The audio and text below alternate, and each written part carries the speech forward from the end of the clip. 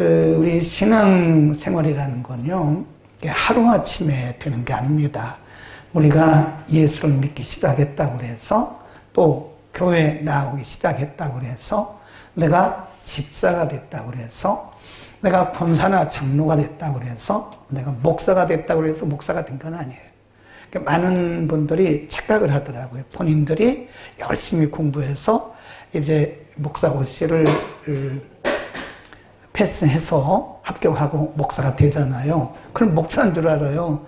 아니거든요, 사실은. 그때부터 되어가는 거예요. 우리 신앙도 마찬가지입니다. 우리가 열심히 뜨겁게 기도하고 성경도 많이 알지만, 그러나 그것이 사실은 우리의 신앙 인격이나 어떤 신앙적 자세가 확 서 있는 건 아니에요. 그러니까 한 과정 한 과정 우리가 만들어져 가는. 그래서 아무도 우리 가운데 교만할 수가 없어요.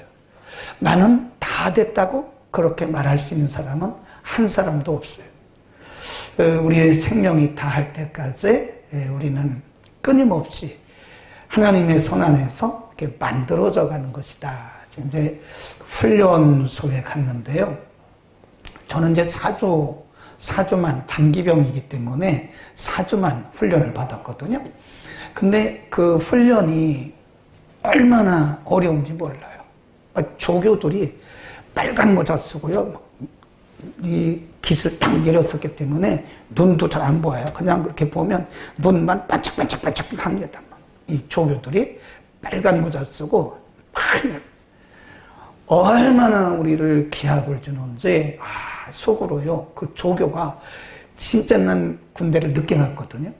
대학원 다니다 갔기 때문에 늦게 갔는데 한참 동생 같은 이 애들이 막 이러고 그러니까 이게 뭐야 이게 도대체 9시만 되면요 막 기상을 시켜가지고 저는 4월인가 5월에 갔는데 얼마나 그 저녁이면 그 고여동인가 어떤 그쪽 성남 가는데 굉장히 추워요. 산이라서. 근데 저녁 9시만 되면 잘라 그러면 기상나팔 보고 잘라 그러면 10분 있으면 다 기상을 해 나오라 그래가지고요.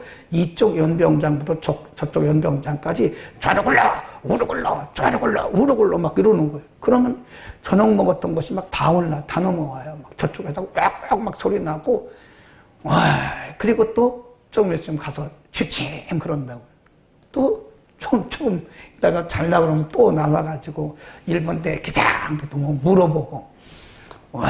그 참 조교가 정말 배기 싫더라고요.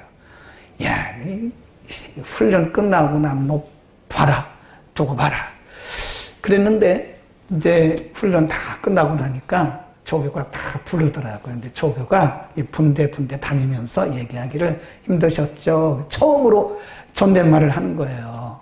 그 안에는 막 반말하는 형님 같은 사람들한테 반말 막 이러고 별소리 다 하고 욕하고 막 이래요. 끝나니까 힘드셨죠. 이거는요, 제가 여러분이 미워서 그런 게 아닙니다. 이것은 훈련 과목입니다. 과목. 네. 그 4주 동안의 군사 훈련 과목에 첫째 날은 둘째 날은 이렇게 가면서 더 세게 다루는 거예요. 세게. 그리고 끝날 때쯤 되면 좀 풀어줘요. 네. 근데 하나님도 우리의 신앙을 그렇게 훈련하십니다. 네. 우리가 너무 쉽게 신앙생활을 하잖아요. 그러면 어떤 위기를 만났을 때 바로 넘어져요. 하나님은 그렇게 연약한 우리들을 하나님 원치 않으세요. 보세요. 아브라함이 얼마나 고된 훈련을 받았습니까? 이삭이 얼마나 고된 훈련을 받았어요. 야곱도 고된 훈련을 받았잖아요. 그러니까 이런 훈련 없이 믿음의 위인이 나온 적이 없습니다. 그래서 어떤 사람이 말하기를 이렇게 나라가 평탄할 때는요, 위인이 안 나온대요. 진짜 애국자는요, 나라가 정말 어려울 때 나온다 그러잖아요. 우리가 요즘에 다윗에 대해서 공부를 하고 있는데 시편 140편부터 그 이후에 보면 표제문에 보면 다윗의 시 그래요. 이게 다윗이 우리가 알고 있는 다윗은 그렇게 평범한 사람이 아닙니다. 왕이 되기 전부터 그 형제들로부터 또 왕이 되기 전에는 사울로부터 그 주변에 있는 많은 사울의 그 참 아첨하는 그 신하들로부터 왕이 된 후에는 또 아들까지도 이 다윗을 그렇게 배반하는 그런 일들을 했다고요. 이렇게 보면 다윗의 생애는 하나님을 의지하고 살아감에도 불구하고 굴곡이 너무 많은 거예요. 오르락내리락이 너무 많은 거예요. 네. 우리가 생각할 때는 저분이 정말 다윗이 형통한 사람이야 라고 말할지 모르는데, 그런데 다윗의 시편을 보면요, 그렇게 믿음이 쫙 잡혀 있는 거예요. 그 왜 그러냐? 다윗이 처음부터 그랬겠어요? 훈련된 거예요, 훈련. 네. 한 단계 한 단계 한 단계 가면서 훈련되어지는 겁니다. 우리가 다윗의 시편을 끝으로 가보면요, 이 마지막 부분에 가보면 처음에는 다윗이 자기 문제 해결을 위해서 기도했어요. 우리도 그렇죠. 우리도 믿음이 연약할 때는요, 우선 당장 문제 해결을 위해서 막 부러지져요. 근데 우리의 믿음이 성장하면 성장할수록 문제 해결이 우리의 기도의 제목이 아닙니다. 만일 우리 가운데 아직도 문제 해결이 우리의 기도의 주 제목이라면 우린 조금 더 성장해야 돼요. 다윗의 기도를 보면요, 처음에는 그렇게 하나님 원수들을 제거하시고 그랬는데 나중에 보면 그 문제 속에 담겨진 하나님의 뜻을 구하더라고요. 얼마나 성장했어요. 그러니까 우리가 보면 누구나 할 것 없이 다 믿음이 이렇게 약하고 초신자 때는 우선 당장 어려우니까 문제 해결을 위해서 그렇게 기도해요. 근데 사실 우리가 그렇게 기도한다고 해서 우리의 문제, 우리의 환경 조건이 금방 바뀝니다. 그건 아니잖아요. 그죠? 우리가 기도한다고 해서 뭐 당장 뭐가 해결되는 건 아니잖아요. 그럼에도 불구하고 이제 우리의 믿음이 성숙하면 환경이나 조건이 아닌 하나님을 구하는 거예요. 하나님. 그래서 다윗의 시편을 보면 나중에는요, 하나님을 구해요. 하나님을 구하고 또 하나님의 뜻을 구하는 것을 볼 수 있다. 우리가 어제 140편을 공부하면서 140편 1절에 보면 하나님이여 나를 보존, 그게 보존이란 말이에요. 하나님 나를 보호하사, 그런 뜻도 있지만 사실은 하나님 내 마음을 지켜달라고 하는. 그리고 141편에 가보면 하나님 내가 이 위기 가운데서 내 입술로 범죄하지 아니하고 또 내 마음으로 범죄하지 않기를 원한다. 그러니까 그게 다윗의 영성이거든요. 네, 다윗이 그렇게 많은 위기와 고난을 만나고 있었지만 원망하고 불평하고 시험들 그거 안 하잖아요. 우리가 어떤 위기를 만났을 때 여전히 누군가를 원망하고 불평하고 사회를 탓하고 내 마음속에 시험이 드는 것은 아직 우리의 믿음이 점점 자라가는 과정에 있는데 자리가 잘 안 잡힌 거예요. 믿음의 자리가 딱 잡히면요, 다윗을 보면 마음에, 그래서 내 마음에 파수꾼을 세우시고 내 입술에 파수꾼을 세워달라, 그런 기도를 해요. 자, 142편 한번 더 가보죠. 원래 내일 본문인데 우리가 내일 새벽에 안 모이니까요, 142편입니다. 시편 142편에 보면 그 표제문에 뭐라고 했냐면 다윗이 어디 있을 때죠? 굴. 이게 학자들마다 좀 다르게 얘기를 해요. 이 굴이 어디냐. 어떤 사람들은 엔게디 굴이다. 어떤 사람은 아둘람 굴, 아둘람이라고 하는 거 사무엘상 22장에 보면 이제 그 마지막 막바지입니다. 여기가 막바지. 그러니까 하나님이 다윗을 이렇게 훈련하시는데 지금 막바지에 가는 거예요. 그리고 나중에 다시 회복이 돼요. 그러니까 지금 하나님이 다윗을 계속 사울을 통해서 막 밀어내는 거예요. 막 밀어내요. 네. 이것저것 다 밀어내다가 나중에 저 사해 근처 이렇게 본 낭떠러지 같은 데 있는데 거기에 이제 아둘람 굴에 다윗이 숨어 있는 거예요. 근데 그거를 누군가가 사울 왕에게 이렇게 그 정보를 제공해가지고 그 사울의 군대들이 사울과 함께 아둘람 굴까지 딱 옵니다. 엔게디도 마찬가지였고. 근데 그때 사실은 어쩌면 거기서 다윗이 죽을 뻔했어요. 어쩌면 사울의 군사들에 잡혀가지고 거기서 죽을 뻔했다고. 그때 그 아주 극한 위기 가운데서 다윗이 어떻게 했나. 거기 보세요. 142편 1절에 보면 내가 소리내어 여호와께 부르짖음 소리내어 여호와께 간구하는도다. 내가 내 원통함을 그 앞에 토하며 내 우환을 그 앞에 거기 보면 내가 그 앞에 사실 지금 다윗이 얼마나 억울하겠어요. 다윗이 뭘 잘못했어요 지금. 인간적으로 따지면 다윗이 사울에게 잘못한 게 뭐가 있습니까? 오히려 사울이 지금 악한 영이 들어가지고 다윗을 죽이려고 그렇게 따라다니는 거 아니에요? 억울해요. 그리고 지금 가장 아주 극한 상황에 부딪혔을 때 다윗이 하나님 앞에 기도한 것이 나의 간구, 내가 부르짖고 내가 토설한다. 이게 사람에게 가면 안 돼요. 우리의 억울함과 또 우리의 이런 고난과 고통을 물론 우리가 기도 부탁도 하긴 하지만 그건 그냥 우리가 기도 부탁하는 거지, 우리가 기도 부탁하는 그것은 그냥 공동체에서 하는 일이지 사실은 내가 가장 중요한 거예요. 내가. 그래서 하나님 앞에 우리의 모든 것을 한번 토설해봐요. 토설. 이 토설이란 말은요, 이 장이 끊어지듯이 부르짖는 것을 토설하다. 이 속에 있는 것이 막 나오듯이 그렇게. 여러분 그 토해 보셨죠? 구토할 때 보면요, 막 속이 있는 거 나오는데 얼마나 여기가 끊어지듯이 아픈지 몰라요. 그냥 구토가 안 나오거든요. 그러니까 다윗은 그때 지금 하나님을 향한 그 심정을, 자신의 심정을 그냥 설렁설렁 하는 게 아니라니까요.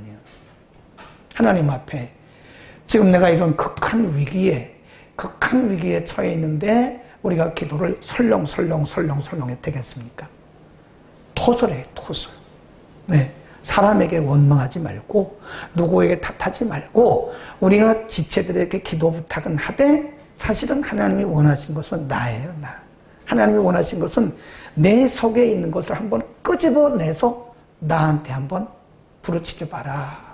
네. 여러분 우리가 생각할 때 우리 일생 중에서 토설하는 기도를 얼마나 하셨을까요? 저도 그렇고 여러분도 그렇고 정말 하나님 앞에 내 장기가 끊어지듯이 그런 토설하는 기도를 한번 해보셨을까요? 그럼 우리가 방언 받을 때 사람마다 달라요. 하나님께서 방언의 은사를 주실 때요, 사람마다 다른데 되게 보면 어떤 분은 그냥 기도하다가 툭 터지는 경우도 있는데 많은 경우에, 제가 들은 많은 경우에 절반 이상은 그렇게 안 터집니다. 회개부터 시켜, 회개부터. 왜냐하면 거룩한 성령이 내 안에 들어오시는 시간이거든요. 그렇죠? 성령이 내 안에, 거룩하신 영이 내 안에 들어오셔서 내 입술을 통해서 말씀하는 게 그게 방언이거든요. 내가 만들어 하는 건 그건 가짜 방언이에요. 그건 진짜 방언이 아닙니다. 진짜 방언은 거룩한 영이신 성령님이 내 안에 오셔서 내 입술을 통해서 내가 너와 함께 한다고 하는 증거로 오는 게 그게 그 방언이에요, 방언. 네, 제가 들어본 많은 분들의 간증을 들어보면요, 방언이 터지기 전에 대부분의 절반 이상의 사람들이 굉장히 지금 다윗이 토설했던 것 같은 그런 아주 굉장히 아픔을 느끼면서 회개하는 그 과정을 통과하더라고요. 네, 거룩한 영이 내 안에 지금 들어오시는 시간인데 내 안에 있는 더러운 것들을 그냥 두시고 되겠습니까? 그러니까 나도 모르는 그런 더러운 것들을 내 안에서 막 몰아내시는 그런 성령의 역사가 오기 때문에 끊어질 듯이 아프다더라고요. 네, 끊어질 듯이. 막 속이 끊어질 듯이 아프면서 회개가 나오고 눈물 콧물 막 나오는 거예요. 그리고 나서 슉 바뀌더라고요. 흉내내지 마세요. 그냥 그대로 하세요. 어느 시간에 하나님이 우리를 이렇게 변화시킬 때 하나님께서 원하시는 때가 있어요. 그 때가 되면 우리의 의지와 상관없이 진정한 회개의 영이 임하면서 우리를 뒤집어는, 그게 진정한 회개예요. 막 생각나게 하시면서 대굴대굴.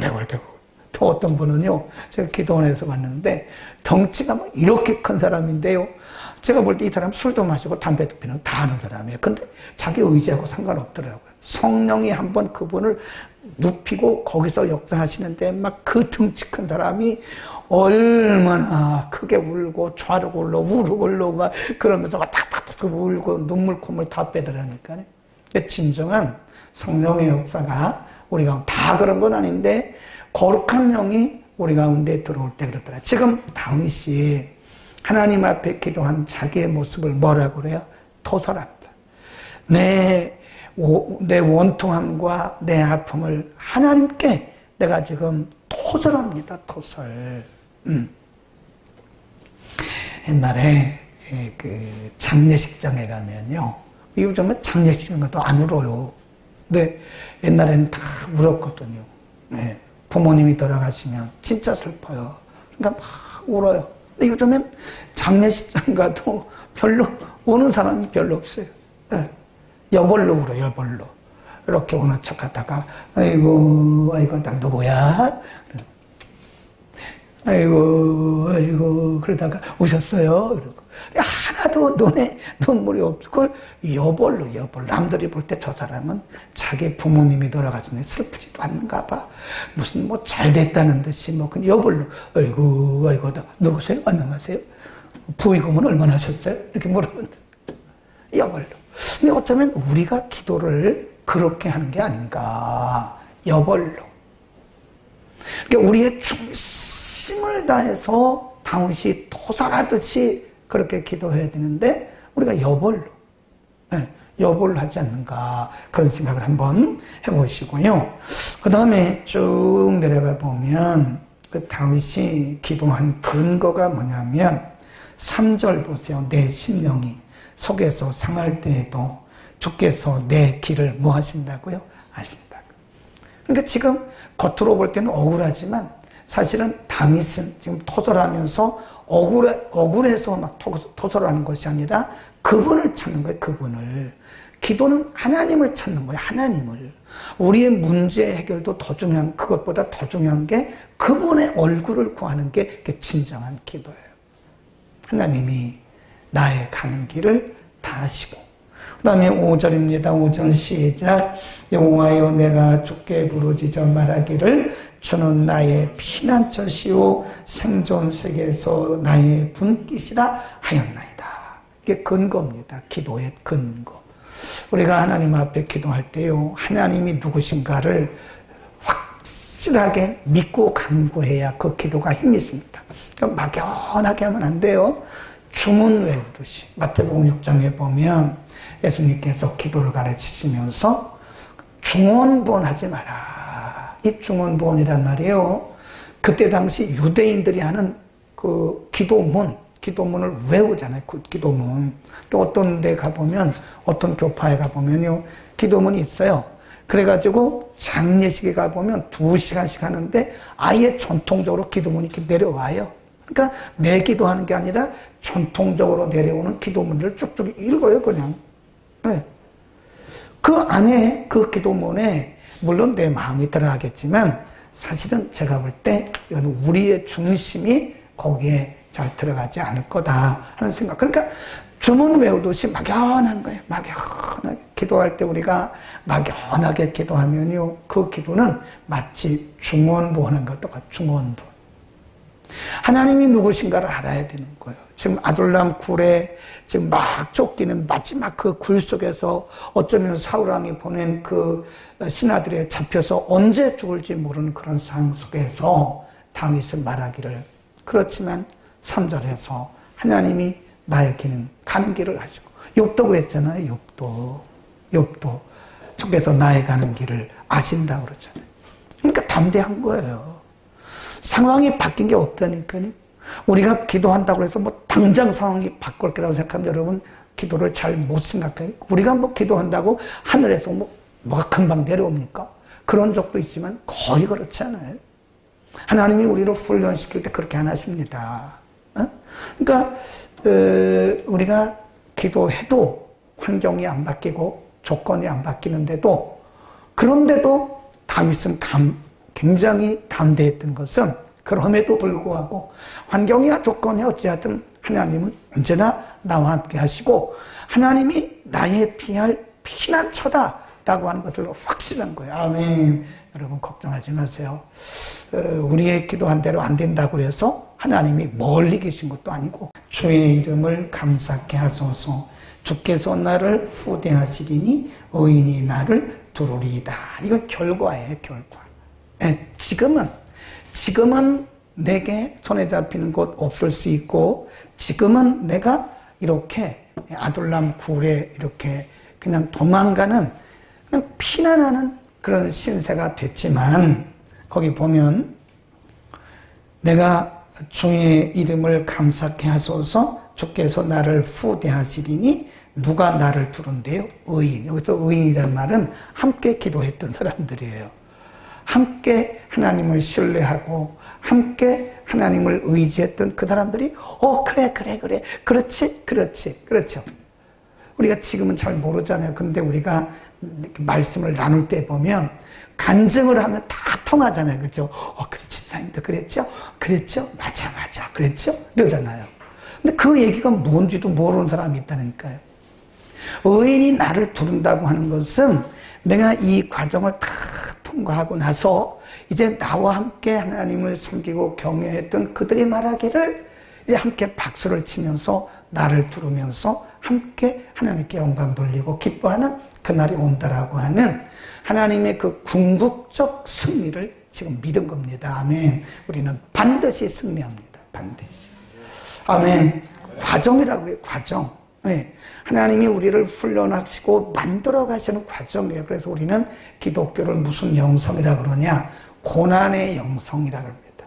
복음 자체가 고난이잖아요. 예수님 자신이 고난의 길을 가셨잖아요.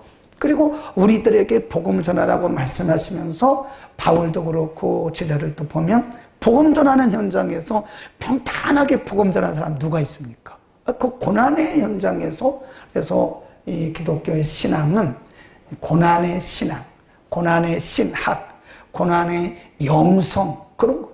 우리가 이 고난을 통해서, 위기를 통해서 우리는 지금 자꾸 재창조되어 가는 거예요. 고난이 없는 간증은 없습니다. 그렇죠? 고난 없이 간증하는 사람 보셨나요? 그 진정한 간증이 아니죠. 네. 요즘에 너무 쉽게 신앙생활하는 분들이 많아요. 우리가 신학교 다닐 때는요, 교수님들에게 엄청 혼났어요. 네. 여성들이 긴 바지 입고 그러면 학교 들어가지도 못했어요. 네. 항상 스커트를 입어야 되고요. 머리도 단정하게 잘라야 되고, 교문 앞에 서가지고 그 악장이 다 그거 봅니다. 과장 나와가지고요. 다 센치 되고 그랬어요. 요즘에 그런 게 어디 있나요? 없어요. 근데 그만큼 영적으로 훈련이 안 된 거예요. 일주일에 3번씩은요, 삼각산, 청계산, 이런 게 늘 신학생 때, 신학생 때 늘 일주일에 3번씩 기도원 다녔다니까요. 막 그 기도의 영성이라는 것은 보통 또 온 게 아니에요. 요즘에 없어요. 네, 없습니다. 물론 모르겠어요. 다니는 일주일에 한 번씩 이렇게 기도원 올라가서 밤새도록 기도하는 그런 신학교가 있는지는 모르겠지만 뭐 별로 없다고 생각을 해요. 그러니까 이 별로 영성들이 없는 거예요. 우리는 지금 여러분이 어떤 일을 만났든 그건 과정입니다. 너무 슬퍼하지 마세요. 너무 괴로워하지도 마세요. 너무 자기를 자책하지도 마세요. 내가 믿음이 없어서 그런 건가? 그런 생각도 하지 말라고. 하나의 뭡니까? 과정에 우리를 만들어 가시고 훈련하시는 과정을 지금 통과하고 있고, 우리는 반드시 이 궁극적 승리의 그 단계에 갑니다. 시편은 다 그런 구조예요. 어디 말씀을 봐도 다윗이 기록한 시편은 다 똑같은 구조를 가지고 우리에게 말씀하고 있는 거예요. 왜 그렇죠? 그것은 우리 모두에게 다 적용되는 하나님의 원리이기 때문에 그렇습니다. 다음에 오늘 저녁에